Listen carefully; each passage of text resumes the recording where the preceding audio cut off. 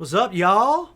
It's your boy Pat Hilton and Ty Lasater. Hello. We're back with another Cash Cast. Fire it up. Let's fire it up.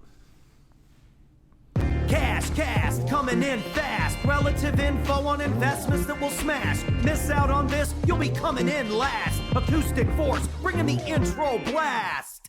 Hey, this is Vanilla Ice, and I'm chilling with my man, Ty Lasater. And I want to tell you, one command. Stop, collaborate, and listen. Key City Capital is about to throw down. So get it how you live it, and always remember, Cash Cast, baby. Bet. I have had a number of sellers that have told us that we got the deal because we touched their property, we touched them, we had marketing to them, we were in front of them more often than our competition was. We're back live. Got the watch party going on Facebook, so if you want to jump in and write nice things or whatever you want to write. Questions or bad things, it doesn't matter. Or bad things, you know. We're going to talk about controlling our brand and how we deal with those things this morning. And one of the steps was the intro video that we just saw too. That made me think of, like, you know, as you control your brand, you got to think about what you're doing and have purpose behind everything that you do. So, Pat, you brought up an interesting thing this morning that with all of our social media that we've had more hits on LinkedIn this morning. Way more hits on LinkedIn than any other platform, including Facebook. So now we've got to be on purpose with what we do. So we will utilize that. Knowing now that our matrix, we go back, we look at our numbers. I talk about that all the time, knowing your numbers. So if we see that LinkedIn is working for us, then now what can we do to tweak it a little bit and continue to build it? Because I would have thought, honestly, LinkedIn would have been our lowest reporting or our lowest operational type social media platform. And for me, LinkedIn is. Yeah. I get way less hits than Ty Lasater does on LinkedIn. But your numbers on LinkedIn are the highest out of anything that we have across the board. So with Instagram, I do okay on Instagram. You do okay on Instagram. We do well on Facebook. Everyone does well on Facebook, and here's why. Because you're 50 friends from TCU or wherever, my friends from ASU, and everybody who's been rooting for me this whole Pat's going to pull it off one day. Right. Those people are all on Facebook. Yeah. My mom is on Facebook. She's not on Instagram or LinkedIn or anything. So those business relationships that whatever you have on LinkedIn, you have 1,700 people on LinkedIn and 650 on Instagram. On Instagram and Facebook. Oh, yeah. So you have double on LinkedIn what you have. Maybe that's why you're getting more hits. Yeah. I think, well, see, I just started Instagram. I'd never even used it. Right. And so it's like, well, if I'm going to be doing stuff on social media, then I need an Instagram account. Right. And same thing with our Facebook ads page. Like, I mean, I just started that as well. And so that's not been something that I utilized before. I've never really been a social media person until recently. You haven't. And then I realized, you know, what that can do for your brand. And I started learning that you've got to control your brand. And so I started really building out from there. Right. And so we go back and I keep saying control your brand. And so what I'm saying with control your brand, if you don't control your brand, what your brand means, what you stand for, what it is that you do, somebody else is going to control it. And it's funny you say that. My buddy Nicholas just commented on here, and he wrote something very similar to that. Even with mindset, if you aren't able to evaluate where you're going to be, we're just talking about this in the hallway. Where's Pat going to be 2 years, 4 years, 6 years from now? Yeah. If we're not able to evaluate that and critique ourselves, we're never going to change. This is an evolving world. The digital space could be completely different a week or two from now than it is right now. I'm gonna take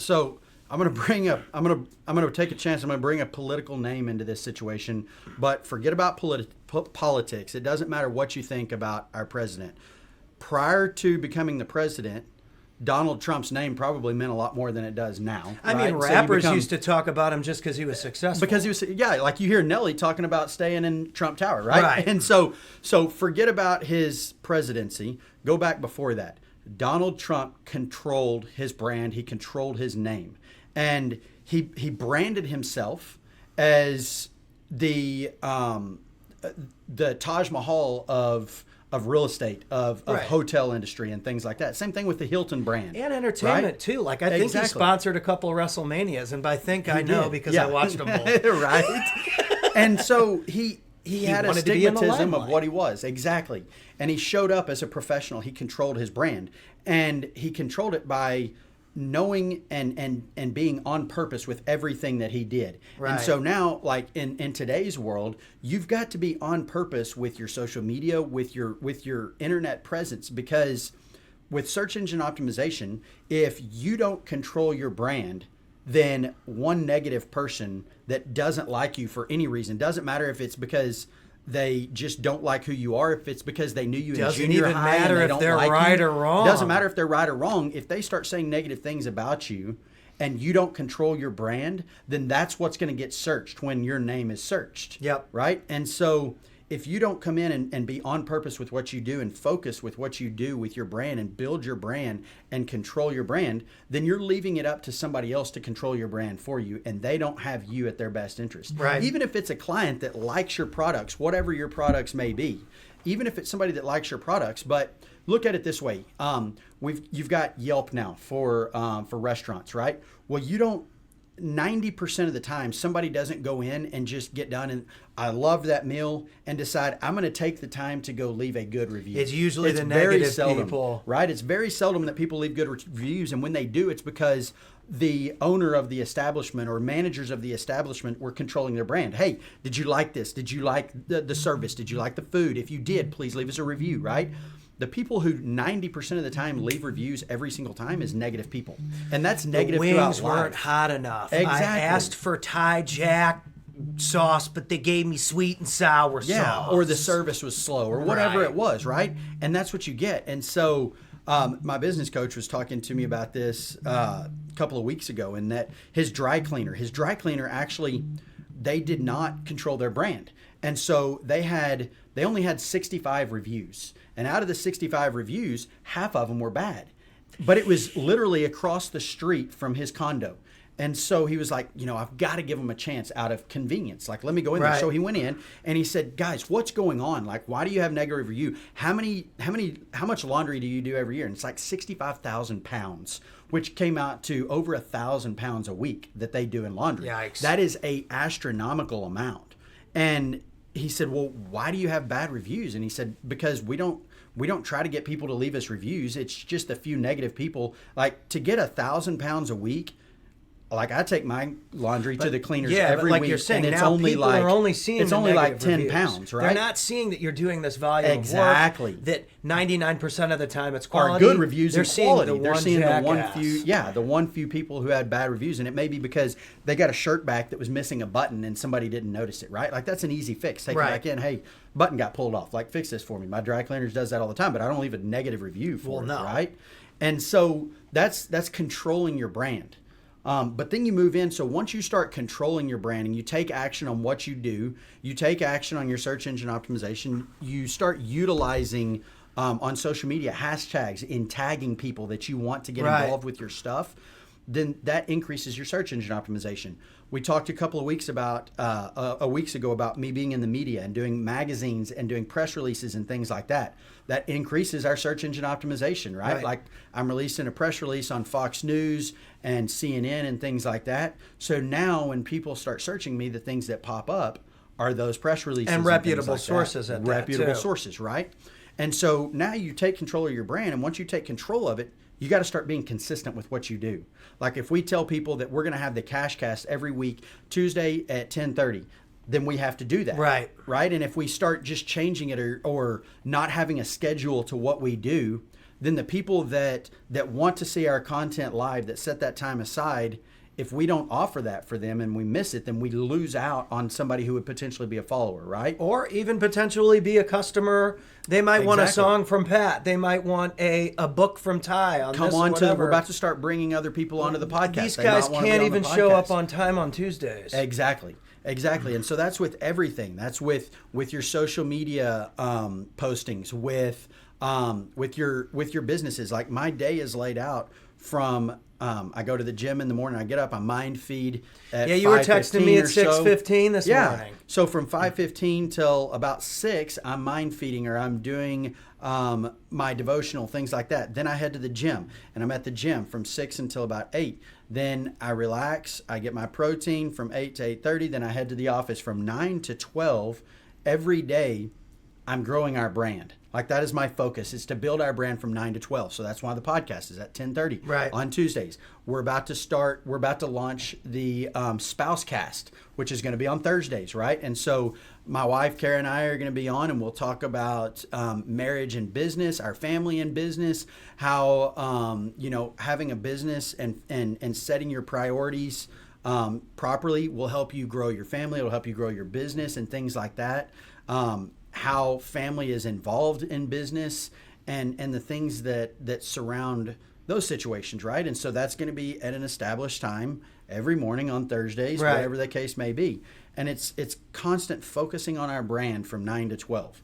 And then that is consistent every single day. And that'll probably be good for your relationship. I'm sure that people will pick up on certain Kara things. Is not excited, so she's probably listening right now, like shaking her head because I've been telling her that this is coming. She's a firecracker. And now she is. So now we've established that we're starting that, and so she's gonna have to get ready for it.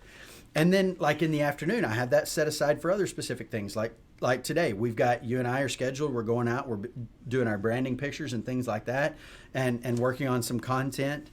And, I set meetings in the afternoon. So if I'm meeting with a potential new investor, or if we're meeting with somebody who, we've got sponsors on our podcast. So I'm meeting with sponsors in the afternoon. You're doing videos Claire's in the afternoon. Coggins is going to stop by whenever we're around 11:30. She's got a meeting, lives really close by. She wants to talk about doing her own show, and she's got a huge following on Instagram. So that could help our lower numbers go up because we can provide her some value. That's perfect. So it's just bringing in that, that's a great person to have on our side. She's got the Instagram following. We've got the LinkedIn and the Facebook following. And so we merge those, and it becomes profitable for both of us. And it's like we've got all the gear. Why not just come in and let us help you and let you monetize your brand? I mean, we're all trying to advance in life. We're all trying to support our families. It's not about her building our brand. Yeah. It's how can we help her? How can we make Claire better? better? Right. What can we do? Yeah. Do you need a song? Do you need a video? Do you need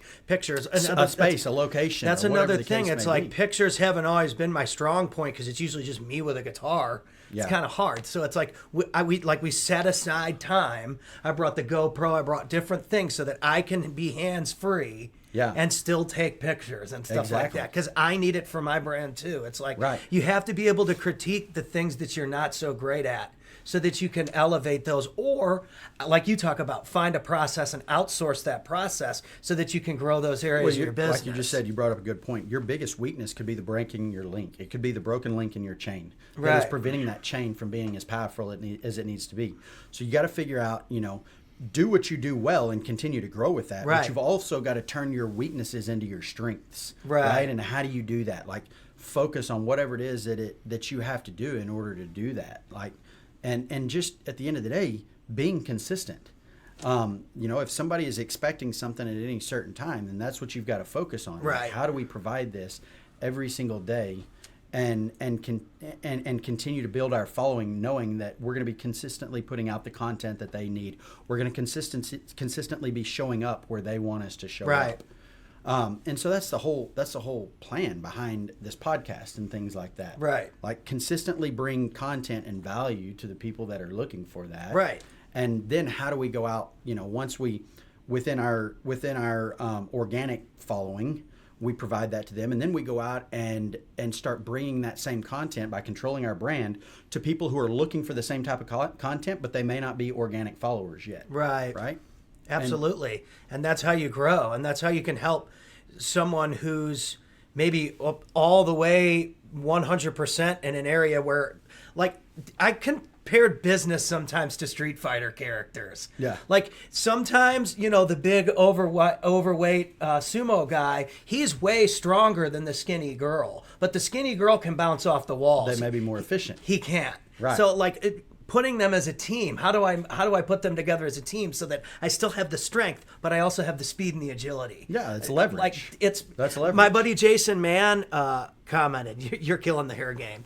He is really good at like chill acoustic. So I'm not. I stand and sing and spin around in circles and stuff. We had a duo. Tennis. That's why you got on the growth. We had a duo in San Diego where we would switch off, and people loved it. Yeah. Because his style is so much different than mine is, but it's a compliment to me because the beat you up energy the whole time, it can be redundant. Yeah. The slower chilled energy can be redundant. Well, but the mix was great. We were talking about this a little bit this morning. You've got to be you, right? So, right. So you're building your brand, and we'll get into this here in a minute, what you're known for, what's your image. You've got to be you, but you've got to understand when to adapt that a little bit. You've got to be a little bit like a chameleon, right? You've got to adapt when you're in the presence of somebody who may be more successful than you, that you're looking to leverage with them and provide them value so that they'll provide you some right. sort of value. Like when you met Grant, right? Right. So you meet Grant Cardone and you go there with the specific reason to meet him. Absolutely. And you're knowing that. So this is what I'm going to bring to the normal table. Is larger than life, probably not dressed in your suit and stuff like right. this, but you know that you're going to the Growth Con to meet Grant Cardone and to potentially get on and perform. So what do? You suit up yeah. and you tone it down just a little bit. So you're right. still you're still your personality toned down just a little bit right. because you know how to monetize that relationship, right? And so I talk about that all the time. 70% of your time in your business should be monetizing and building relationships. Well, if you're just like uncontrollable you at all times, you don't get to capitalize on all the relationships. It's impossible. Yeah. It's impossible. And you're not going to be able to work with as many people as you want to because you're going to alienate yourself from certain situations. I can't show up to that event with the Captain America shirt on right. and jeans. Or he would have been like, dude, what are you doing? Yeah, exactly. Well, you I like you, bro. I like the Jingle Man thing, but like, yeah, but like I can't show you into my crowd like this. Yeah, I mean, you brought up a very good point. It's like you have to understand and when to be a little bit professional, right, and change it up a little bit. You got to like, do it. Can't. You said alienate. You can't alienate yourself. You can't alienate the crowd that you're trying to reach, right? Because the minute you alienate, then you just knock off a percentage of or a portion of your potential following, your potential clients, right? And so we were talking about this a little bit ago. Like a lot of the times, you notice. And you brought up Oprah and Ellen that they don't do this, and they do a very good job of focusing on not doing it. So I've noticed a lot of women who are entrepreneurs will refer to themselves as I'm a woman entrepreneur. Well, when you do that, you immediately alienate yourself to the male audience that you have. Right. Right? Like if a man gets on stage and says, I'm a male entrepreneur, or I'm a male speaker, or he introduces himself as a man something, like you're immediately going to eliminate all of the women. Like the women don't want to see that. Yeah, it right? can be hard to break through exactly. that. I've seen people that were able to offer something for chicks too, but it makes it way more now man or it's my completely dynamic. different if a man wants to focus his. So let's go back to Donald Trump. Donald Trump does a phenomenal job of doing this. So I'm going to use him. Again, guys, forget about the politics involved here. I study a lot of people. Yeah, I study a lot of brands. It's like just a bit I'm not figure. I'm not both a Michael Jordan and a LeBron James huge fan. Like I like Michael Jordan, grew up watching Michael Jordan. LeBron James has a different style. I'm not a big fan of his on the basketball court. I would too, but I'm not going to get into that argument today with our followers and things like that. But they understand, and so I follow people like that. I follow people like Donald Trump, and so you're talking strictly on a monetization exactly, of his brand. like what he's done with his brand. And so what he did was when he went to run for a president, and so his former attorney George Ross talked to me about this. When he decided to run for president, he focused on not his following. He knew who his following was. He knew that his following, like he already had the middle to upper class Caucasian following that was small business owners and large business owners. He knew he had that. So he does not need to brand. He does not need to get their vote. He already had the majority of their vote. Right. So now who does he need to focus on? He needs to focus on women. He needs to focus on the lower income, the moderate to lower income, and he needs to focus on the African-American vote because that's the votes that he didn't have, right? I agree. So if he has 90% of his following already, And then he starts focusing on who he doesn't have. And if he only gets 50%, even if he only gets 40% of that following, so he gets 40% of that following and 90% he was of able to existing following, tilt it enough in enough areas to get the electoral votes. And all he had to get was 46% of America Right. to like him. Right. Well, and you 46% of the people Yeah. like you, and you're going to become president. That's true. Right? So if you don't alienate yourself to one specific following, and you get 46% of your followers to like you and to buy your brand, you're going to become a multimillionaire, no matter what you do. Of anything, dude. I always use Drake as an example. Yeah. He's obnoxious, but he's figured out how to monetize. He is not even close to anything I would consider a top rapper. But Yeah. he's a great songwriter. Yeah. He writes catchy tunes. Exactly right. Chicks like it. Yeah. I mean, he's got a lot of strengths. I would not consider him the best lyricist I've ever heard. No, probably He's not. not Rakim or like Dre or Snoop. Yeah. He's not trying to be. No, he's he's trying to be a himself. pop star. Yeah. There's a difference between a pop star and a pure lyricist. He's not going for like the hoop it up, Right. Dunkathon, American Gladiator. He's going for, I want to present myself a certain way. I want to collaborate with all these top names. Right. And I want to be a pop star. That's exactly right. So he's I controlled don't his even brand. think he there. would disagree with that if he was sitting right He here. figured out what it is that he wanted his brand to be. Yep. And he focuses on that. And whoever he can get that's a potential following of that brand, then he goes after them and does not alienate one side he's or the very other. good at bridging the gap between Exactly. age groups, race, demographics, whatever words you want to use. Yeah. Everybody likes one of his songs. And even if you don't like it, I bet you heard it. That's exactly right. I bet you heard it. And so now, I mean, we're talking about, especially with him, we're talking He about controls your what- image. yeah, He yeah. controls his image. He's a right? sharp dude. He is. And he's created a specific image that he wants, and he focuses on that. So, look at, a football player. Their image is they play football. They wear pads and a jersey, right? And so Right. they'll show up to a game maybe in a suit or something casual. It doesn't matter, but their image is behind their pads. Right? That's Yeah. what their image is. A basketball player, their image is their jersey. That's why jerseys sell, right? Because their image is their jersey. Michael Jordan's jersey, LeBron James' jersey, Right. Steph Curry's jersey. It doesn't matter who it is. That's their image. That's what they're known by. So a construction worker is known by their steel toe boots and their jeans, or whatever their outfit is. A Right. painter is known in their white scrubs, their white paints. A doctor in scrubs. An entrepreneur, a business owner, a real estate investor, like I structure my image behind a suit. When I walk into a room, and I am walking into my room as the authority on real estate, You want to I look want like to the look authority. like the authority, right? Right. That's why Donald Trump always had a solid color shirt and a solid color tie. Right. And you walk in and you recognize him as the authority, and when he walks in, his presence is immediately known, right? Right.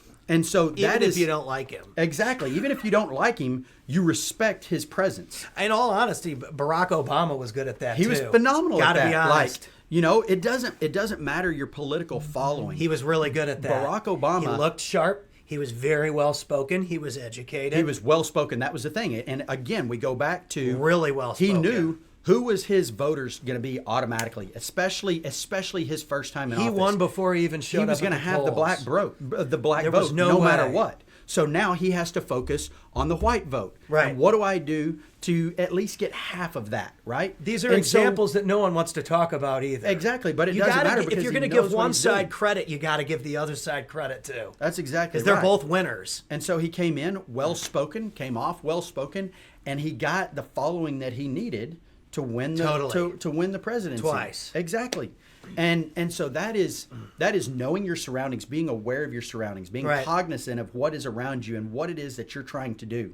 Right? Like Those are both great examples. yeah, it is. And at the end of the day, they walk in, they're well dressed, they demand respect, they demand a following, and then they And people focus listen. on who It they gets do. real quiet when those guys talk. So we talked about a while ago. Maybe a little bit quieter for Barack. right? Trump's more of a WWE Hall of Well, we Famer. talked about a while ago is like knowing what your weakness is. Right. So that's even in your brand. If your weakness is one demographic or one type of person, or if or and Instagram you already have or whatever. Exactly. If you already have a following that is this demographic and you're looking for this, maybe it doesn't matter, college students, or maybe you're a middle-aged business owner, and so you've already got a following of small business and middle-aged people, but you're wanting that college following. Well, you need to focus enough to keep the middle-aged business owner following. That's a lot like but then your you LinkedIn. got to focus heavily. Yes. Your LinkedIn is a lot of business owners that follow you, Yeah. and the Instagrams and the Facebooks are more targeted towards Yeah. like a younger So focus on your weakness. share crowd Right, rather exactly. than a content creating business owner crowd. So which how is can you LinkedIn. make your weakness a strength? Right. And you've got to focus on that, and with your image. At the end of the day, like It matters. If you show up looking broke, then you're going to be looked at as if you're broke, right? It doesn't, and I'm talking by broke, it doesn't matter whether it's monetary broke or you're just like a goofball and it's like, maybe you've got a small following, but at the end of the day, you're looked at as unprofessional. Right. Like, show up and be professional with whatever it is that you do, right? If you're a painter, you show up in your whites. You don't show up in a pair of shorts and a cutoff shirt. My friend Joe right? is a rapper, and Yeah. he shows up in these like crocodile shoes. He and fits these the image. suits. He's probably got a gold chain, And right? He's got a gold And chain. He's got a flashy big watch, right? afro. Exactly. And everyone knows when he walks. To me, he's Joe. But when he walks in the room, it's like, Afro Man's here. Right, exactly. Everyone, I'm like, oh yeah. He's to me, he's just my buddy Joe. Yeah. But he presents himself as the old school Exactly. California Afro guy. So my buddy Rob, so Vanilla Ice is the same Yep. way. On stage, he's Vanilla Ice, right? Yeah. And on his TV show, he's Vanilla Ice. But when we go out, like when I've gone out in He's public just your with him, we buddy go to Rob. a restaurant, the only reason people at the restaurant knew who he was because they saw under his hat that he had and they saw his tattoos, right? And so it's known. But other than that, he's got a T-shirt, he's got jeans on, and he's Right. got a hat, and he just looks like Unless he's a normal presenting person. himself as Vanilla Ice. And then so when we went to business meetings, he Ah. was suited up and you couldn't even see his tattoos. Interesting. Right? And so this is a guy that's worth $350, $400 million. And like he could walk in and everybody knows who he is, but we go to a business meeting and he's suited up and Yep. looks proper, no hat, his hair's fixed, right? Yep. And he speaks proper, like he's not talking in his lyrical voice where No. he's, coming up with rhymes or lyrics Yeah. on stage or whatever the case may be. Absolutely. Right? It's more of a clean, refined Rob, and he's known as Rob, not Vanilla Ice. Yeah, yeah. Right? It's two separate things, and it's controlling his different brands. He's got his stage brand, he's got his TV brand, and he's got his real estate brand or raising capital brand. You know? Right. And he knows how to differentiate those and fit in with the people where he's at, but still be himself. Absolutely. Right. And you see that sports was a good example because, like, again, Conor McGregor, maybe not everybody's favorite entertainer, but he understood he's in the entertainment business. Oh, He yeah. shows up with a suit on. He's got sponsors. He's got his whiskey brand. He's got his rosé brand. He expanded way further than just Ultimate Fighting. That's something that you notice in, especially, so you get into professional sports and it doesn't matter the sport. But then you look at the elite of that professional sport, they become the elite because of the way that they practice. Like, Right. So I watched a video, Lee sent our executives and all of our team a video yesterday about Tiger Woods. And so when Tiger Woods was young, I mean, this is, I think just before he was 10 years, or he's about 10 years old, I think. He told his dad that, he wanted to be the best golfer. Right? Like, how do I do that? And he said, sure I as need hell to become mentally tough. So what he was doing, Tiger actually would go play with, golf was a white person sport, right? So At he would that go, time, yes. his friends were all white and they played like, this is hard to even believe. Like, I can't imagine that this still went on at this time, but he played at male white only golf courses with his white friends. But because he was so interesting. good, he was invited to play there. Of course he but was. when he was given a hard time, right? And so, like, there would be clapping in his backswing, or there would be people yelling in his backswing, or there would be people doing different things. Like, there would be constant noise going on. So he said, Which is super he went to his dad. disrespectful on a golf It is, on a golf course. course, right? So his dad was a former Green Beret. So he went to his dad and he said, didn't know I any of want that. to be the most mentally tough golfer in the world. That's what it's going to take. And his him. dad looked at him and said, are you aware of what you're asking? Are you sure you want to do Right. this? I will make you that if you are 100% positive that's what you want to do. And he said, yes, I am. So he starts practicing with his dad. first day they go out practicing, his dad has keys. He's shaking keys. He's got golf balls. He's throwing golf balls at him during his backswing. He's shaking bags, plastic bags during his backswing right next to him. He's talking to him. He's making fun of him, doing all kinds of stuff. And he made it through like 2.5 holes, and he started crying. And this is a 10-year-old kid, right? Right. And he starts crying. So his dad stops, and they finish the round. Did nothing else. Didn't do that again. The next day, they go out and they do the same thing. 2.5 holes, same thing. Then a week later, they make it through almost 4 holes. Then they make it through 6 holes. And he starts acclimating himself to pressure, right? And to rising to the occasion under pressure, right? And so if you look at professional athletes, that's what they've done their whole life. And so they become their professional athlete because they're elite. They understand how to overcome pressure, how to overcome adversity.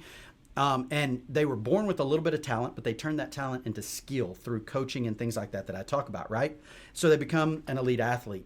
Well, then they realize that the following that they generate from being an elite athlete. Right. And they turn around and they realize and understand how to monetize that on a commercial or business scale as well while being an athlete. Got it. So you look at people like LeBron James or Steph Curry or Michael Jordan or Rob Gronkowski or Tom Brady.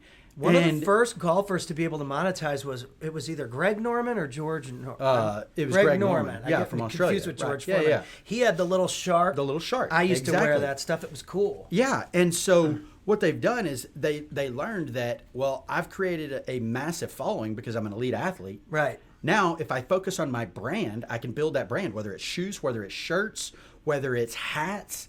It doesn't matter what it is. Putters, yeah, whatever. It doesn't matter what it is. I build that brand. Right. And so, you look at social media, and whether you like social media or not, it has become the cheapest and easiest way for businesses, for small businesses to become big businesses because of advertising. Absolutely. Right? So it used to cost thousands of dollars to do TV ads, hundreds of dollars to do radio ads. Just for an ad. Just for an ad. My ad click spend is less than $4 per click now because social media is so cheap.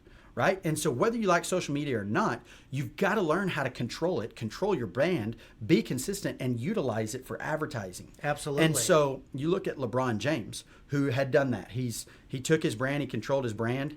His son opens up an Instagram account because LeBron James announces, my son opened up an Instagram account. Right. He immediately had 1 million followers like that because of branding by association. His dad is LeBron James.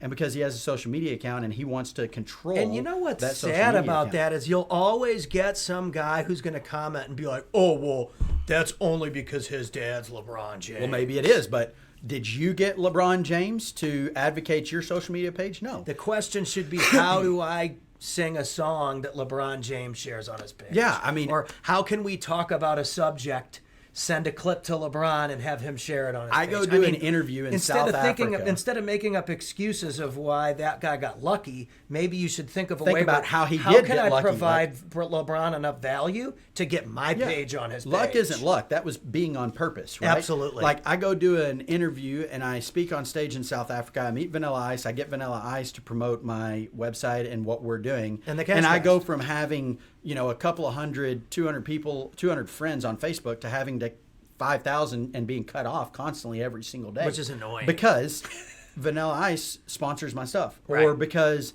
Randy Zuckerberg did the same thing at another event that I was at. Randy Zuckerberg, brother of Mark Zuckerberg, founder of Facebook. She used to be the marketing director of Facebook, has a massive social media following, right? And so you utilize those. Like, that wasn't luck. I didn't luckily meet them. I put myself in the positions of where they would be. Right. And then I did whatever it took to create that opportunity, right? And so, yeah, maybe LeBron's his dad, but he created that opportunity. Absolutely. And said, hey, my dad's got a following. What do I need to do to get my dad to promote my social media? Yeah, and then how can I get my dad to help me utilize these numbers and do something good for these people? Exactly. I'm sure there's way more behind it than just people clicking the follow button. That's exactly right. You got to deliver something. And then at the end of the day, all of this, like, you're in business to make money, right? Everybody that's a business owner, real estate investor, or whatever it is, you're in business to make money. So you can absolutely, you can provide free content. You can provide content that can help people along. Right. But at the end of the day, somehow you've also got to monetize, right? And so you can't monetize if you're not on purpose with what you do. Yep. If you don't control your brand, if it's just spontaneity with everything that you do. Like, I'm a very right-brained person. I think very right-brained. But when I start looking at our numbers and stuff, I move over to left brain, and I had to train my left brain to utilize it, right? And so that's my accounting background. Like, I went through accounting because I knew that I was not going to understand business if I could not figure out how to control the left side of my brain and understand the numbers in the matrix of our business, right? And so that was taking a weakness that I had and turning it into a strength. How do I start utilizing my left side of my brain and start focusing? Because I was very on purpose, and I was very unorganized. Like, I could not structure my day. Well, now I understand that was a weakness, so I have to structure my day. I have to be on purpose. Right. I train myself to do that. And so then as I think with my right brain to build our brand, I structure that into my day so that I can control my brand. Yep. You build the brand, then you control it. And then as you start working through and controlling it, you control your image and you're consistent with what you do. That's when you can start monetizing your brand. Absolutely. And at the end of the day, to be a business and to open the doors as a business, like, I want to offer job opportunities to people. I want to grow. So, we've got a team now. We're adding 3 more people in the next 30 days. Probably going to add 8 to 10 more over the next 3 to 5 months. And we talked about building out what we're doing with what I'm doing as a media company. With the media company, exactly. So, I mean, so we'll build a full I team obviously around that. sell people advertisements like our intro. What if you could get Vanilla Ice to promote your brand with a beat and a song and a voiceover? That Pat Hilton does a voiceover for.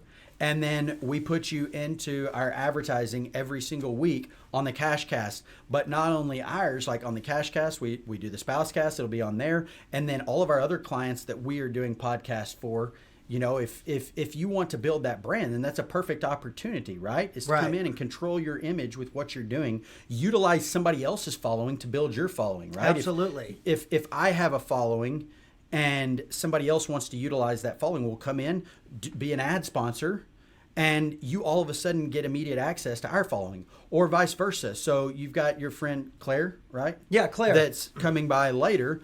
She has a following. So how do we work together so that she can utilize our following? Yeah, we want to make sure that following? Whatever we give her is the best possible thing to showcase herself to her following. Exactly. Because then what does that do? Well, Pat Hilton made me that. Exactly. He's not just the funny song guy. Right. He can do this, and so you've got to be able to monetize that. Mm-hmm. And if you want to grow a business, to provide jobs, to give back to your community and whatever it is, like, at the end of the day, you want to make money, but you've got to have I've got a larger calling in life, right? And so my wife and I are working on sponsoring and building an orphanage in East Africa. Oh, wow. Well, to do that, like, you've got to be able to, like the airplane analogy, you got to be able to put your mask on first. You've got to be able to breathe. Yeah. You got to have an established lifestyle so that your lifestyle can live before you can start giving to others. I was about to say, you can't drink out of an empty cup, or whatever That's analogy exactly you want right. to use. If Ty can't eat, how's he going to feed? Provide for somebody else. 1,000 other kids in Provide another a job country. for the people that are in our office. Like, Right. we've got some amazing people in our office. We've got a single mom that, like, at the end of the day, that's a care that my wife has, is to see, like, single moms that are doing whatever it takes to succeed in life. Yep. Like, I want to provide that opportunity for them. Right. And build out whatever opportunity that it takes. Well, in order to do that, we got to monetize what we do at the end of the day. You do. And as you have ideas, how can you take that idea, bring it to market as fast as possible, and we talked about this last week, and then monetize on it? Right. St. Louis Blues, Stanley Cup champs, first time in history. You knew I was going to say it. Ticket sales. They just broke the record for ticket sales that the Washington Capitals set last year. Already, they're 10% over. They've never sold this many tickets for Blues. And because this you is so took an good for my opportunity, hometown. It's good for your hometown, but it's also good for you because you got picked up on the radio stations Yep. there because of the jingle that you made. Yeah. Right? Like, and that was because of social media. You Yep. put that jingle on social media and you ran some ads with it, and then it just so happened that a radio host there saw your jingle Yep. and called you on and said, "Hey, can we put that on?" Yeah. Like, absolutely. That's great advertising. Because of social media. You were on purpose. You built a brand, you built an image. Right. You were on purpose with it, you were consistent with it, you shared it daily, Right. not looking at the immediate results, but knowing, and I talk about this, the process, focus on the process. If I do this every single day, I may not have a result today, I may not have a result tomorrow, and I may not have a result the next day, but if I consistently do it every single day, I'm focused, I'm consistent, the results will come. Right. And I mean, my page got like 270 new likes and well, the I think at organic one point there engagement was like through the roof. 35,000 people that had seen that video. Yeah, it's crazy. Yeah, that's phenomenal. That's awesome. Right? That's over 1% of the St. Louis. You were talking, I think, what did you say? Just over 3 million people in St. Louis earlier? Yeah, like total. Yeah, and so that's over 1% of the population that of saw St. that Louis, video. right? Yeah, it's unbelievable. And if you can, so you control 1% of the market there. Like, I now control 1% of the market in one of the large secondary markets that we're in Texas. Like, we own over 1% of the market there, where it's actually closer to 3%. But that's the focus of the aggregation of 1% marginal gains, right? Like, it only takes 1%. That 1% of that population there, that where we control the real estate, would set me for the rest of my life. Right. How many of those people are going to come back at the beginning of next season if hey, season start up, go Blues, even if it's just something funny with Bennington riding them through the motorcade on the little mini motorcycle. If people think that's funny and it gets 10,000 views and it takes me 30 minutes to create that, that's time well spent. Yeah. Because it's like almost like a free advertisement for what I offer the marketplace. That's exactly right. And this is actually kind of something that my team and I, my partners and I, have had a big discussion. We had a big kind of a mind feed, I guess, yesterday, Monday. So one of the things that we like to do, we like to end at least one day of the week, and we go back to our private gym club. There's a hot tub and a sauna and a steam room in our locker room. Like this, it's a top of the art gym facility that we utilize, that we're members of. And so we go in there and we'll sit in the hot tub and we'll think about ideas. And we do that at night so that then we can sleep on them, think about it, and then we get up the next day and start implementing. And it's almost like they're fresh. I do that a little bit too. And so one thing that we discussed was kind of the focus of each of the four partners over the next 90 days. You know, what that was. And so mine is the face of our brand and building our brand and building our following, right? And so again, this is being on purpose, controlling our brand, controlling our image, right? And you may not see immediate results. Like I was talking about this a minute ago. You may not see immediate results of whatever it is you do. But if you focus on being on purpose and being consistent, the results will come. Right. And it's like you just said with that video, like, maybe 1,000 people see it today, and maybe 1,000 people see it tomorrow. But over time, 35,000 people see it. 3% of the population, or 1% of the population of St. Louis, right? And that's a phenomenal following, right? And so now we can go back and organically reach out to those same 35,000 people over something else for the exact same thing, right? And if we consistently do that, then we start monetizing on it. Yep. Because you've now created a following of those people. And we can go about and organically reach those people now. And so now your cost to market to those people is much lower because you created an organic following. And now you can focus on that following that you've already created with a lower ad spend. Right. And your marketing becomes so much cheaper. Absolutely. But you built a brand to begin with. Pat, to those people, is known as the blues song writer, right? Exactly. Right. And so it's a funny little lyrical jingle. And it worked out, and the team won the Stanley Cup, and so now it just builds on that. And so now you can utilize that following, and they now have a reason to see you and a reason to follow you, and so you can do additional things. And even with stuff like this, they get other access to different parts of what I produce. Because I've always told different people, like I said, on Facebook, well, it's funny sometimes when I look at who liked something, I'm like, oh man, well, I know him from 11 years ago when I lived in St. Louis before I moved to Phoenix. And then this person is from the Phoenix era. And it's like different phases of my life. Like, and it's funny, as we're sitting here talking about the branding and stuff, like I am typically, I'm OCD about certain things. But again, I'm right-brained, and so that stuff is trained OCD things. And so I actually have been subconsciously noticing Key City Capital on my cup, marking up on the monitor every time, right? And so that's something that I've been subconsciously doing because I trained a weakness that I had to focus on my left brain analytical side and to focus on those types of little things. And then that's being conscious of our brand. And so now we fix that. So the monitor or the camera is not focusing on Key City Capital because we had a comment on that on one of our first ones. Yeah. And I subconsciously set it down, make sure that Key City Capital shows up each time, right? Right. And so we're building that into our brand. Like we're branding. Everything that you do has to be on purpose, right? Yeah. So like my cufflinks and things that I have, like we do branded cufflinks. And so that's something that one of my coaches taught me. So Kevin had branded lapel pins, branded cufflinks. And so that's something that we started having made. Oh, right? by the way, I'm taking donations for Blues Stanley Cup ties. We talked about that. Anybody who wants to donate, You're not going to, you might not give me one of those. I like the solid tie. He's still disappointed that we got picked the stars off in overtime.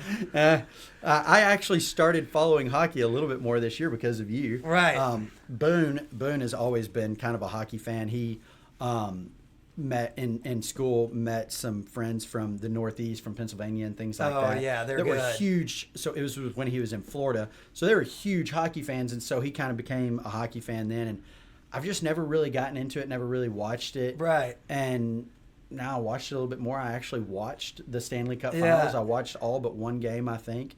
And that's not something that I've ever really done before. I don't think I've watched a hockey game in its entirety until this year. Well, and the Blues were kind of the Rocky Balboa story this year. Actually, like, I don't know much about hockey, but I could notice. I just went like, here's how much I know about hockey. Who was it they were playing? The Boston Bruins. Boston Bruins, yeah, who is a phenomenal team. Yeah, they've historically been very good. If you watch the game, like, the Bruins actually had a more athletic team and a better team. We were just a little bit more focused and cohesive. That's exactly right. Like, you could tell that the coach did a phenomenal job for Boston of bringing them together as a team. Like, there was a few times that I watched, and just the sheer athletic ability and the skill that some of the Boston Bruins had was phenomenal. They were really good. And it was almost like, like when watching they beat us, they beat us Same bad. thing. Yeah, exactly. When the Bruins did not play together, they got destroyed. Yeah. But when they came together and focused on their weakness, they really and blew they us exploited out. the weakness of the Bruins, then Of the Blues. the Blues. I mean, then it handled. They ran away with a couple games. Yeah, they did. But it's like I said, it's kind of the Rocky Balboa story. Like, when he loses a round, he gets destroyed. Yeah.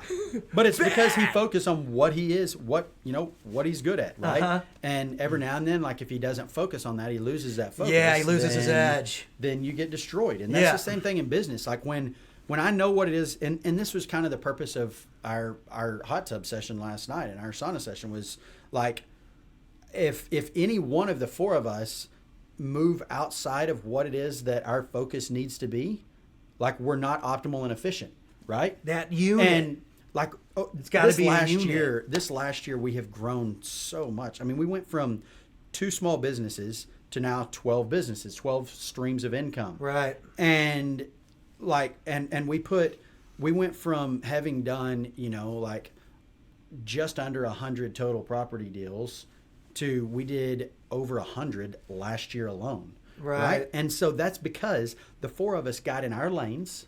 We focused on our lane. In our lane, we figured out what our weaknesses were and made those strengths. And we continued to utilize our strengths. And we became optimal and efficient in our lane. And if we veer outside of that, then we stall. And so when you focus on your lane, you focus on the consistency in your lane, focus on building your brand. And when I'm focused on that, and, we've got Mac or Boone that's focused, on our operations, Lee that's focused on our team, Mac that is focused on optimizing our dollars, then we can be so much more strong as a unit, right? That's when we can go from doing 100 deals to doing 500 deals in a year, because Boone is focused solely on the operations of acquiring assets, acquiring property deals, and then offloading those property deals. What is the highest and best use of each deal, right? And so Boone is focused on that. Mac is focused on, as the income comes in, how do we most efficiently utilize our dollars? Lee, how do we most effectively and efficiently build a team that can operate at its peak performance at its lowest cost?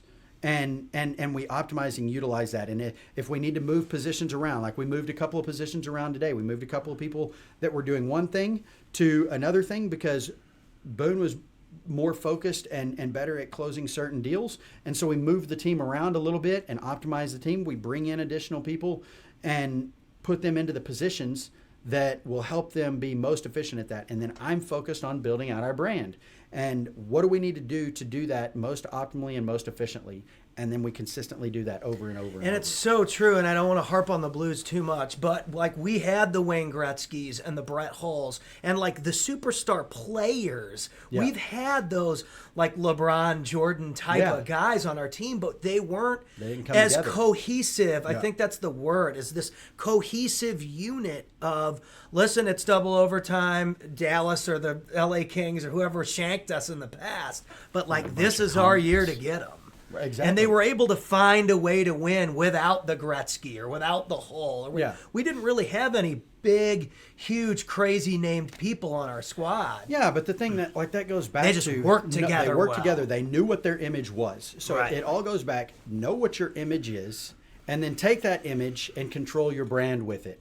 Learn how to adapt it as needed to, depending on the situation that you're in, be that chameleon as I talked about, right? If you need to refine yourself a little bit, right? If you need to be the all-encumbering or the big personality, be that big personality. But have your image, be known for your image, then be consistent with it, be on purpose with it, and control your brand, and build your brand. Figure out how to channel it into the different channels that you need to go into. If that's Key City Capital, or if it's we want to present something on LinkedIn that's maybe different than what we put on Instagram. Exactly. You know what I mean? A totally different thing. Like I only share the Cash Cast clip on my LinkedIn because I know that that's what's getting hits. It's that exactly on your right. page. So that's what I want it to link back to on my page. Yeah. So that when it binks back and forth, it's not the funny song thing works great on Facebook, but maybe not as well on Instagram or LinkedIn. So we change that stuff around. And that goes back, like again, I'm on purpose with my social media. So I was working with my executive assistant this morning, and his sole responsibility is going to be taking my content and making it ready and available for our social media. Then we've got an assistant that all they do is do the social media content and postings and things like that. But each social media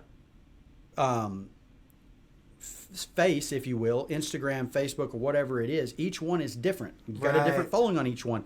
So the LinkedIn is going to be a more professional look, more professional content, like quotes and professional video and things like that. Right. Facebook is going to have kind of the lyrical jingles and things like that. Yeah. Instagram is going to be short to the point because you've got the Gen X people who their attention span is short. If you don't capture their attention span just like that, here's what you do on social media, right? You're on Instagram, too, and it's just somebody doing like that. Yeah. And if you don't catch their attention immediately for them to stop, then they're just going to scroll right on through. And you know what? Right? And I bring it back too because I've been following the Blues page so much. I've noticed that sometimes the little 15-second clip of the dude on the funny little scooter in the parade got more hits than anything else. Or Brett Hull saying something funny and it's a 13-second clip that got more hits than maybe what I thought was cool, which was the trailer that goes on 5.5 minutes with the motivational music and the quotes. But you lose somebody's attention at that. And it doesn't matter the length. If you can't catch their attention in the first 2 seconds,